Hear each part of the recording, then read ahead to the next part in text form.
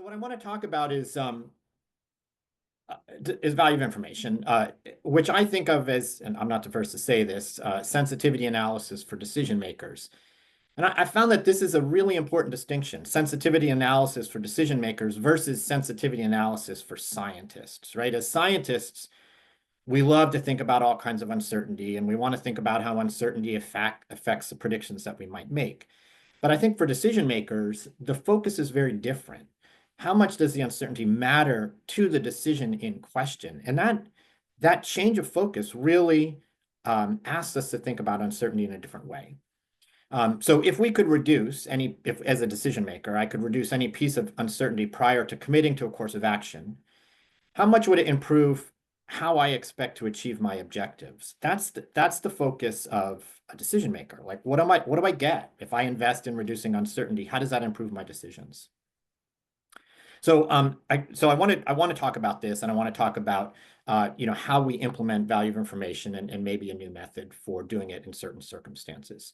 So I'm gonna start with a classic value of information example to kind of motivate the question, and then I'll present this idea of the constructed value of information, its derivation, how the constructed scales work, and then I'll present a case study on using this constructed value of information. All of this is sort of in a natural resource management world, but hopefully, I know there's people on the call from a lot of different fields. You can all see yourself in this. Close with some open questions.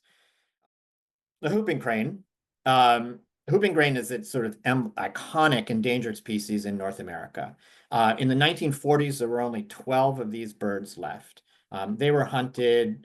Their feathers were used in the hat trade back in the 20s.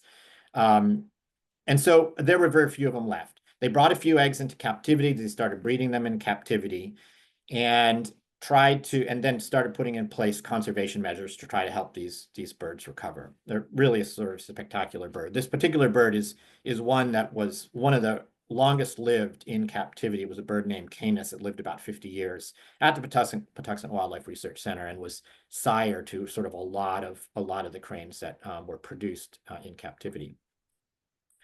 So the conservation strategy for cranes has evolved over time.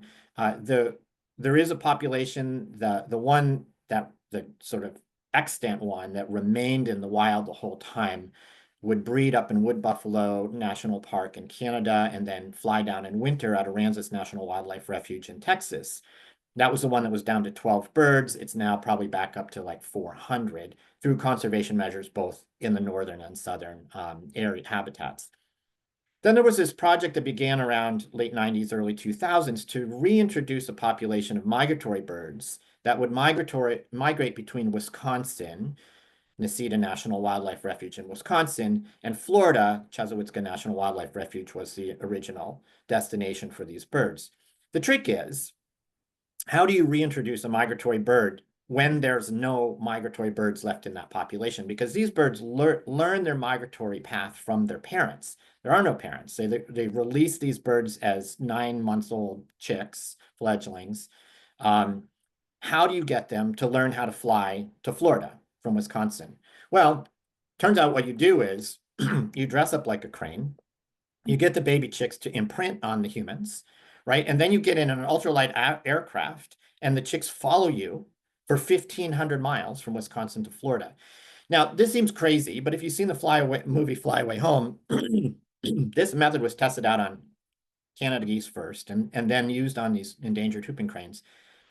And it works. It's unbelievable how well it works. These birds follow the ultralights. They only have to do this once. They learn the migratory path. They can then fly it by themselves backwards, back up to the breeding grounds the next spring, and they can repeat that. This was really successful. So they would be releasing 10, 12, 15 birds a year for a number of years to build up this population that was migrating between Wisconsin and Florida. That was great. Huge conservation success to introduce this population. But these are young birds.